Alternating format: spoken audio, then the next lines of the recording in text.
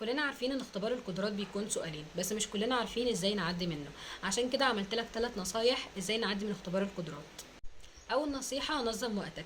هتحتاج وانت في اختبار القدرات يكون معاك ساعة يد او تايمر علشان تعرف تنظم وقتك. اختبار القدرات بيبقى من ساعتين لساعتين ونص، فطبيعي كل سؤال هيحتاج منك على الاقل ساعة، فتبقى محتاج تعرف امتى هتظلل وامتى هتبدأ تسكتش وامتى هتبدأ ترسم العناصر بتاعتك، فتحتاج يكون معاك تايمر او ساعة، لان طبعا مش هينفع تخش بالموبايل بتاعك اللجنة.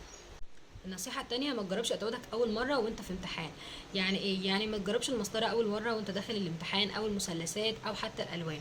لازم على الاقل تجرب الادوات بتاعتك قبلها بيوم او يومين، تعرف المسطرة بتتحط ازاي، بتستخدم التي ازاي، بتستخدم الادوات بتاعتك ازاي، بتشوف الرصاص بتاعك ماشي ازاي على الورقة، لان نوع الورق اللي بتمتحن عليه مش هيكون خامته احسن حاجة، فلازم تجرب الرصاص بتاعك على كل انواع الورق اللي عندك.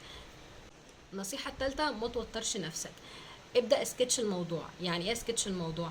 انت اول ما تخش اللجنة وتشوف ورقة الامتحان قدامك، طبيعي هيجيلك رهبة الامتحان وهتبقى خايف، وممكن تلاقي نفسك عطلت ومش عارف تعمل ايه. فتهدى. اول حاجة هتهدى وتاخد نفس وتجيب ورقة وتبدأ تسكتش الفكرة. يعني ايه اسكتش الفكرة؟ يعني بالظبط كده هتبدأ ترسم هتعمل ايه. يعني مثلا جالك الموضوع الاول عن الشاطئ، فتبدأ ترسم، تقول انا هرسم الشاطئ هنا، وهرسم الشمس هنا، والاشخاص هنا، والاشخاص هرسمهم بنسب معينه، ده هيبقى بعيد ده هيبقى قريب، لان نسب مهمه جدا في اختبار القدرات.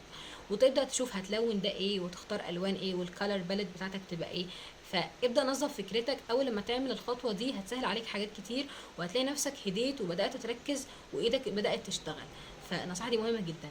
لو عايزين نصايح كمان، انا عامله فيديو كامل على قناتي على اليوتيوب، ممكن تشوفوه من هنا. هسيب لكم اللينك في اول كومنت.